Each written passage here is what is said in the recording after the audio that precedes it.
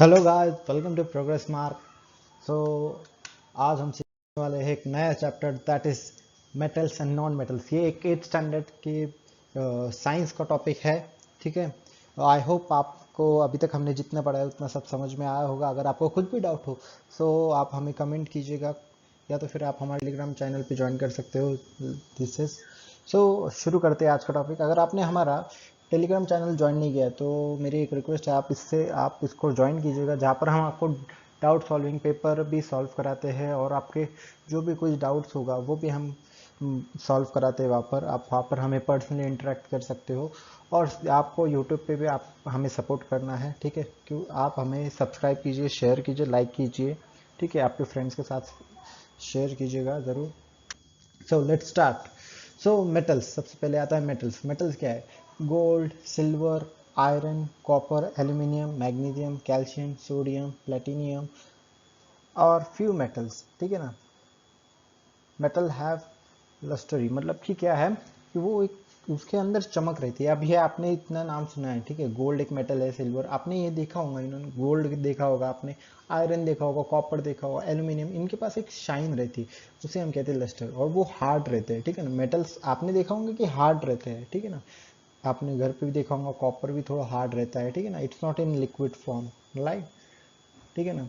अब क्या रहता है, अब जैसे वायर्स और जो शीट्स रहते हैं, ठीक है ना, जो आपके इलेक्ट्रिक वायर कह लीजिए या कुछ और वायर्स कह लीजिए, और कोई शीट्स ले लीजिए जो हम घर में लगाते हैं या इंडस्ट्रीज में लगाते हैं, वो भी मेटल से बने रहते हैं। ठीक है ना।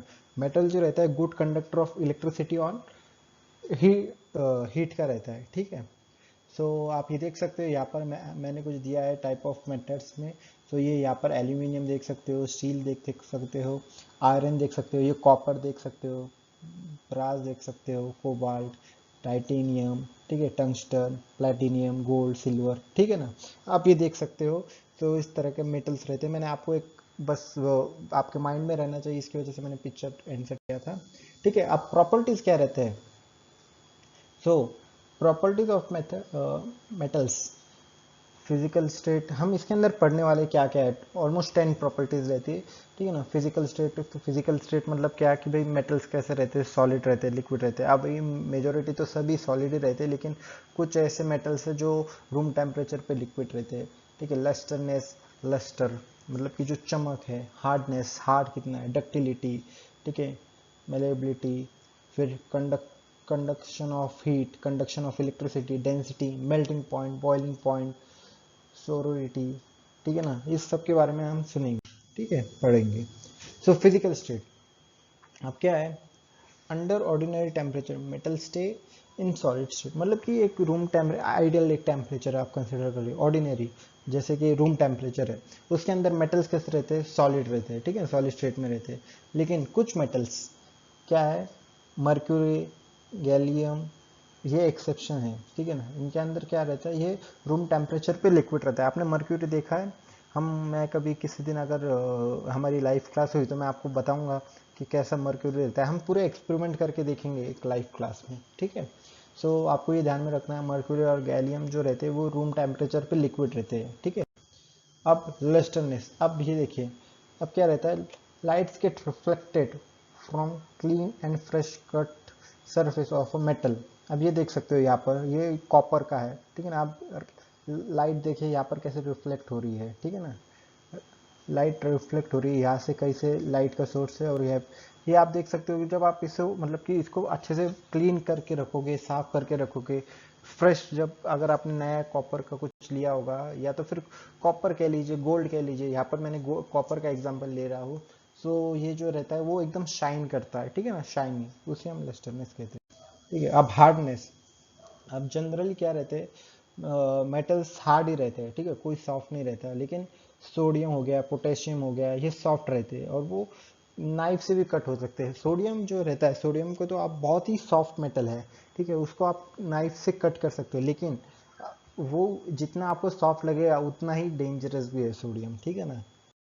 अब डक्टिलिटी, अब डक्टिलिटी क्या है कि एक एबिलिटी रहती है, ठीक है, deformation under the tensile stress. Tensile stress मतलब खींचना।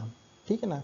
आपने अगर सुना होगा कि जब आपने देखा होगा कि अगर आप ज्वेलर्स केस में जाते हो तो जो ज्वेलर रहते हैं वो क्या करते हैं, वो गोल्ड का जो ये रहता है वायर रहता है उसे वो खींच खींच के लंबा करते हैं, ठीक है ना, उसी को हम डक्टिलिटी कहेंगे, ठीक है ना। या अदरवाइज आप कोई और चीज़ कर लीजिए जिसको आप खींच के लंबा कर सकते हो, उसका जो टेंसाइल, आप उसको टेंसाइल स्ट्रेच लगा रहे हो, खींच रहे हो, ठीक है ना, साइड दोनों साइड से आप उसे खींच रहे हो, तो वो स्ट्रेच होता है विदाउट ब्रेकिंग, ठीक है ना।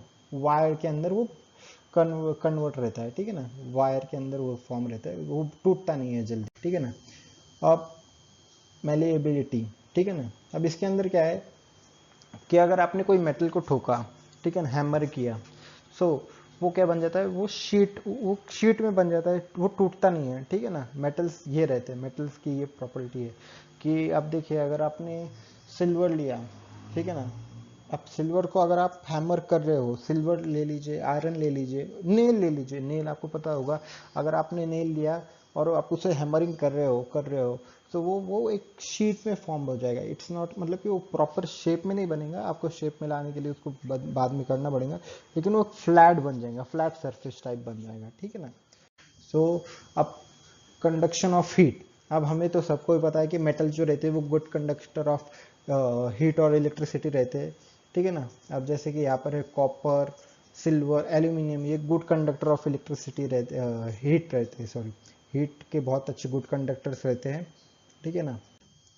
अब कंडक्शन ऑफ इलेक्ट्रिसिटी, अब मेटल जो है गुड कंडक्टर ऑफ इलेक्ट्रिसिटी रहते हैं, ठीक है ना, लेड को छोड़ के, ठीक है ना। लेड अच्छा भी नहीं, इसमें भी नहीं है, वो गुड कंडक्टर ऑफ हीट में भी नहीं आता है और इलेक्ट्रिसिटी में भी नहीं आता है। अब आपने देखा होगा कॉपर, ठीक है ना, कॉपर गुड कंडक्टर है, तो कॉपर के देखिए आपके आपके घरों में भी ऐसे वायर्स यूज होते होंगे, देखिए ये ब्लू कलर के, इसके ब्लू कलर के प्लास्टिक की कोट रहता है उसके ऊपर और उसके अंदर कॉपर वायर्स रहते हैं, राइट। सो दिस, अब डेंसिटी, अब मेटल्स की डेंसिटी बहुत हाई रहती है, ठीक है ना, ठीक है। अब इसके अंदर सोडियम, पोटेशियम, लिथियम, ये जो एक्सेप्शन है, ठीक है ना, इनके पास लो डेंसिटी रहती है, वाटर से भी कम, तो ये वाटर के ऊपर फ्लोट करते हैं, ठीक है ना। लेकिन ये सोडियम बहुत डेंजरस रहता है, अगर आपने इसको वाटर के साथ रिएक्ट किया तो इसके अंदर ब्लास्ट भी होता है, ठीक है, ब्लास्ट होता है इसके अंदर, हम करेंगे एक्सपेरिमेंट, ठीक है। अब मेल्टिंग पॉइंट और बॉइलिंग पॉइंट, अब आपको तो पता होगा कि मेटल्स को हम मेटल्स को यूज़ करते हैं, ठीक है ना, हमारे घर के अंदर भी मेटल्स रहते हैं। अब आप उसे मतलब कि आपको चाय बनाना है, ठीक है, आपके पास कुछ स्टील का या ये हम कह लेंगे कुछ आयरन का है आपके पास, ठीक है ना, वेसल है, कॉपर का वेसल है, तो अब अगर आपने उसको गैस पे रखे, सो क्या वो मेल्ट होता है, नहीं ना। सो तो इसका मतलब क्या है कि मेल्टिंग पॉइंट और बॉइलिंग पॉइंट जो रहता है मेटल का, वो बहुत हाई रहता है, तो उसे मेल्ट करने के लिए आपको ऐसा कुछ फर्नेस लगता है, ये फर्नेस में से निकाला है, और ये जो आपको दिख रहा है, ठीक है ना, ये पूरा मेल्टेड ये है, मेटल है, ये आपको जो लावा टाइप में दिख रहा है ये पूरा मेल्टेड मेटल है, अब इसको ये शेप देना चल रहा है, ठीक है। अब सोनोरिटी, अब ये क्या रहता है कि जो साउंड प्रोड्यूस होता है ना, कि मेटल्स साउंड प्रोड्यूस करते हैं, राइट, कि मेटल्स आपने देखा होगा कि आपने कभी घर पे भी बजा के देखा होगा, या तो फिर आपने जो इलेक्ट्रिक बेल देखा होगा, ठीक है, बेल्स जिसके अंदर मेटल यूज होता है, ठीक है ना। सो आप स्कूल्स में रहते हैं मेजोरिटी, सो वो एक साउंड क्रिएट करता है, ठीक है, उसे ही हम यही कहेंगे, ठीक है। अब आते हैं नॉन मेटल्स के ऊपर, हमने मेटल्स कवर कर लिया, अब नॉन मेटल्स। अब नॉन मेटल्स में क्या क्या आता है, सल्फर, कार्बन, फॉस्फोरस, ये कुछ है एग्जाम्पल्स, ठीक है ना। अब ये क्या रहते हैं, ब्रिटल रहते हैं, ठीक है ना, नॉन मेटल ब्रिटल रहते हैं और उनके पास लस्टर नहीं रहता, मतलब कि कोई चमक नहीं रहती है। सो ये देख सकते हैं प्रॉपर्टीज क्या है यार, प्रॉपर्टीज नहीं है ये, यहाँ पर प्रॉपर्टीज थोड़ा गलत हो गया यहाँ पर, ठीक है ना, ये टाइप्स है, ठीक है ना, ये टाइप्स है, यहाँ पर इसको हम कट कर लेंगे ये, ठीक है ना। सो ये जो है,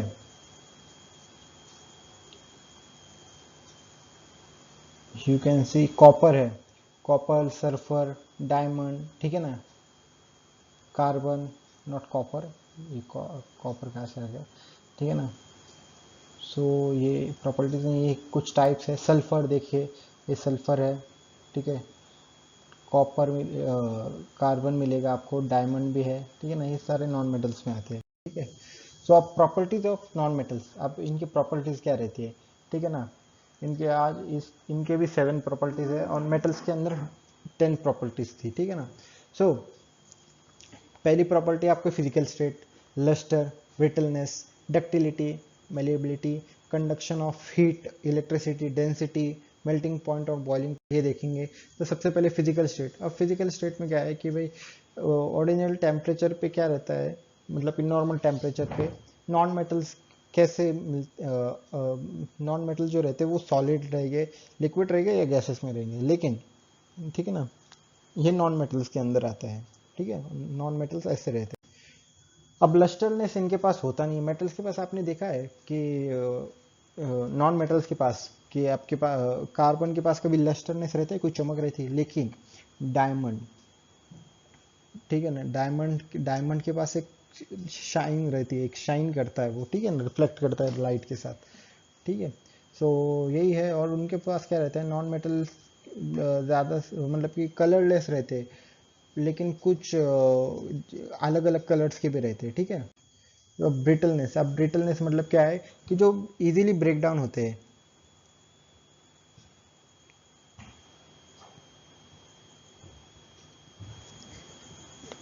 जिसको आपको बेंडिंग नहीं करना पड़ता है, ना ही कुछ स्ट्रेचिंग करना पड़ता है, ठीक है ना। तो वो इजीली ब्रेक डाउन होते हैं। लेकिन कार्बन जो है, कार्बन बहुत हार्डनेस नेचुरल सब्सटेंस रहता है, ठीक है, हार्डेस्ट। सो ये आप डायमंड देख सकते हो यहाँ पर, ठीक है, ये नेचर में ऐसे ही मिलता है, फिर इसे तरह जाता है, ठीक है।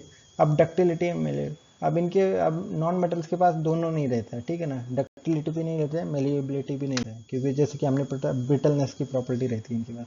अब क्या है, conduction of heat and electricity. अब नॉन मेटल्स के पास क्या रहता है कि बहुत bad conductor of heat and electricity रहते हैं, लेकिन ग्रेफाइट को छोड़ के। अब ये जो पेंसिल देख रहे हो, ये जो आपको ये दिख रहा है ब्लैकिश, इसे हम ग्रेफाइट कहेंगे, ये पूरा ग्रेफाइट का बना हुआ रहता है, ठीक है, एग्जाम आपको बता रहा हूँ, ठीक है।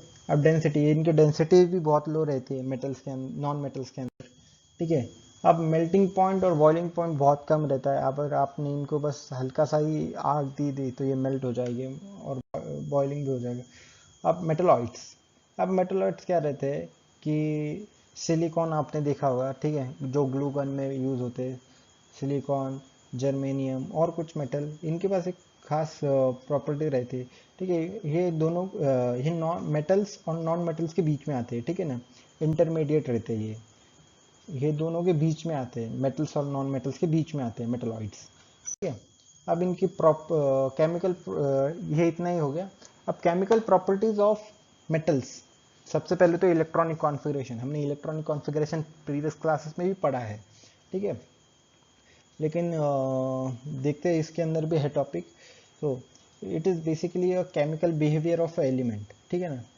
Majority metals having up to 3 electrons in outer shell. अब ज़्यादा मोस्टली क्या रहता है कि 3 इलेक्ट्रॉन्स रहते हैं आउटर शेल के अंदर, ठीक है ना, मेटल्स में 3 इलेक्ट्रॉन्स रहते हैं इन आउटर शेल, ठीक है।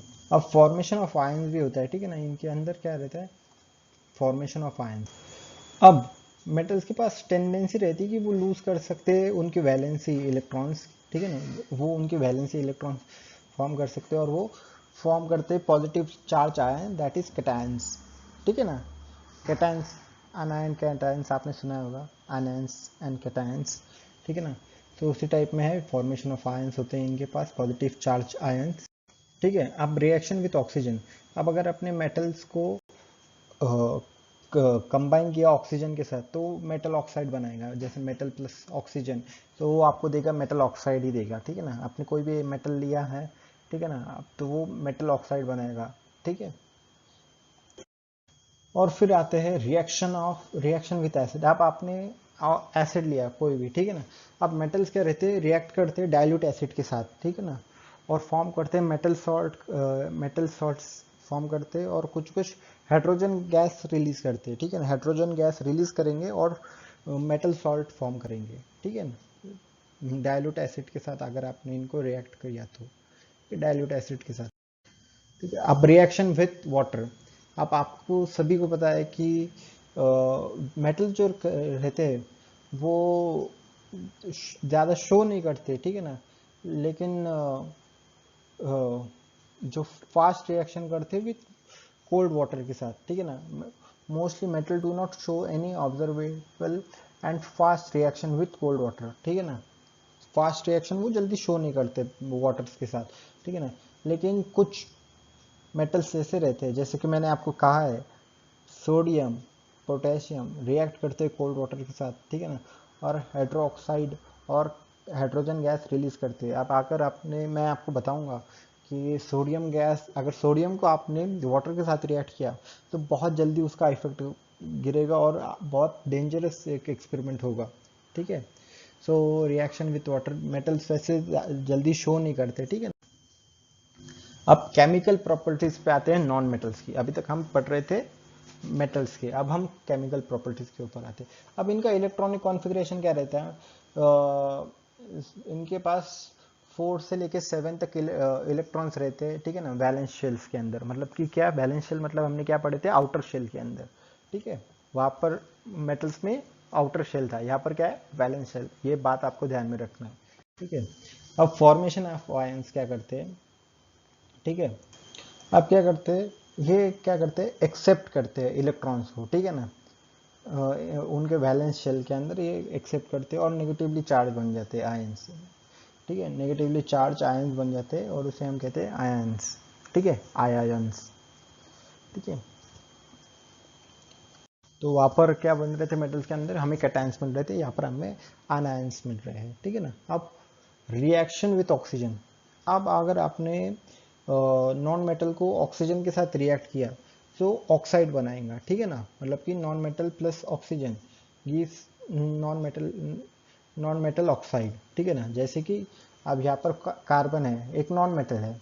अब कार्बन को अगर आपने हाइड्रोजन के साथ ये किया, मिक्स किया, तो कार्बन डाइऑक्साइड मिल जाएगा आपको, ठीक है ना। और एक बात ध्यान में रखना है कि नॉन मेटल्स रहते हैं, ये रिएक्ट नहीं करते डाइल्यूट एसिड के साथ, ये रिएक्ट ही नहीं करते डाइल्यूट एसिड के साथ। Non metals never react with dilute acid, do not react with dilute acid, ये आप देख सकते हो, ठीक है ना। अब नोबल मेटल क्या रहते हैं, अब नोबल मेटल में आपने देखा होगा कि कुछ मेटल्स रहते हैं जो जैसे कि gold, silver, platinum, platinum, rubidium, ठीक है ना। ये सब नोबल मेटल है, ठीक है ना।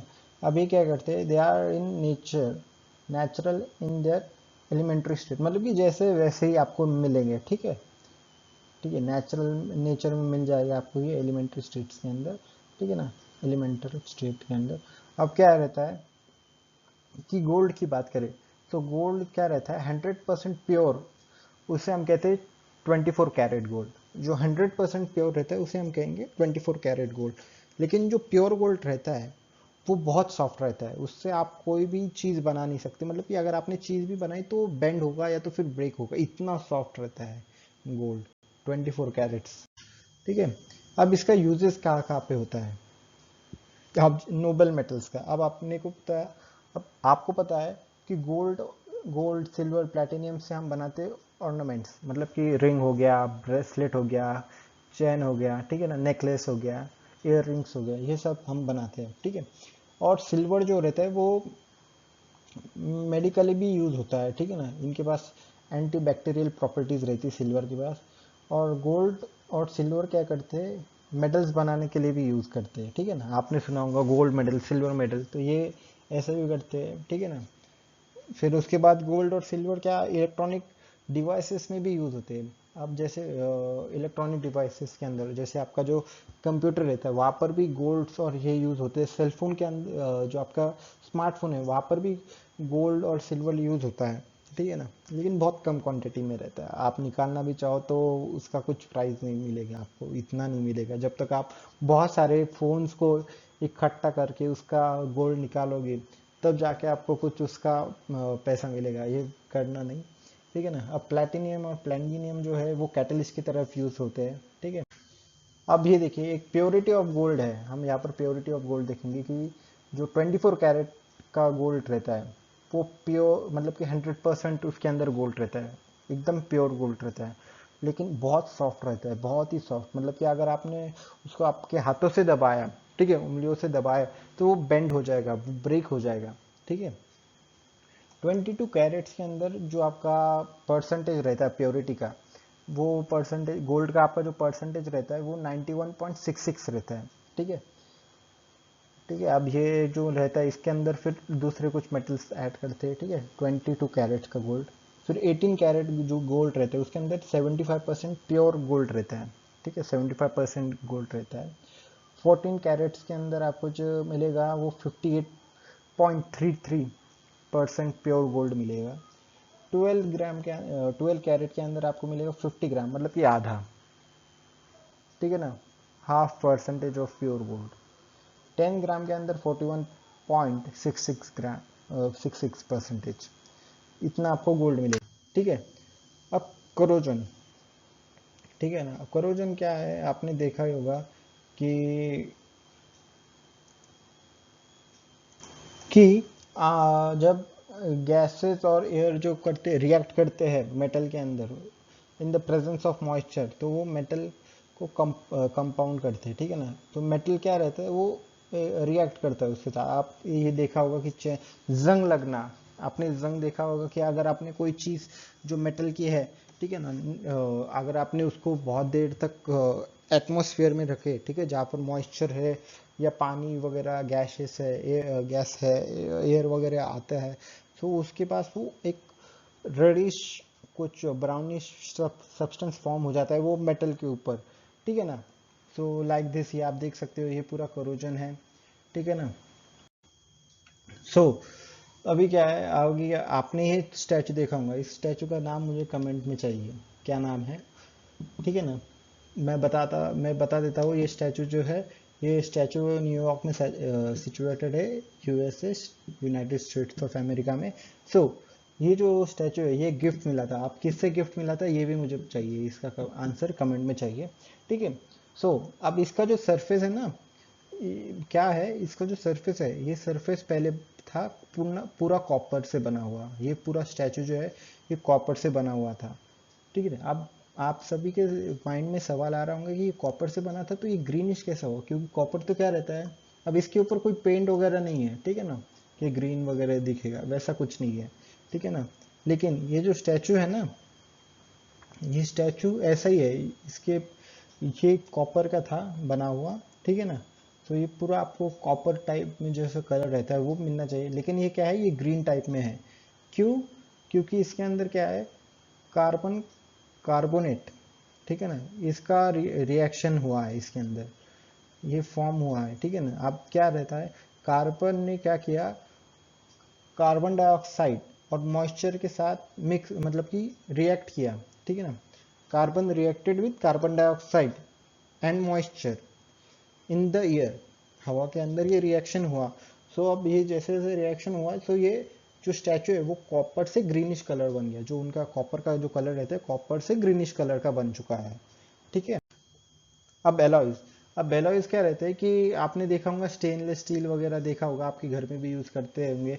सो एलॉयज क्या रहता है, होमोजेनियस मिक्सचर ऑफ टू और मोर मेटल्स, और homogeneous mixture metals with non metals is called as alloys, ठीक है ना। होमोजेनियस मिक्सचर चाहिए, ठीक है ना, टू और मोर मेटल्स का, या तो फिर होमोजेनियस मिक्सचर चाहिए मेटल और नॉन मेटल का, तो उसे हम कहते हैं एलॉयज, ठीक है ना। अब इसका एग्जांपल क्या है कि स्टेनलेस स्टील यूटेंसिल्स जो हम घर में यूज करते हैं, जो बनते हैं, ठीक है ना, आयरन से बनते हैं, कार्बन से बनते हैं, क्रोमेडियम से बनते हैं, निकल से बनते हैं, ठीक है ना। ये ऐसे सारे ऐसे स्टेनलेस स्टील आपने देखा भी होगा, ऐड भी आते हैं बहुत सारे स्टेनलेस स्टील्स के, ठीक है। So this is it, we are finish one more chapter, हमने एक और चैप्टर खत्म कर दिया है, ठीक है। आई होप आपको ये चैप्टर समझ में आ गया हो गया। अगर आपको कोई भी डाउट होगा तो आप हमारे टेलीग्राम चैनल पे ज्वाइन कर सकते हो, वहाँ पर पूछ सकते हो या कमेंट में पूछ सकते हो, हम आपको ज़रूर रिप्लाई करेंगे, ठीक है। Thank you for watching this, thank you.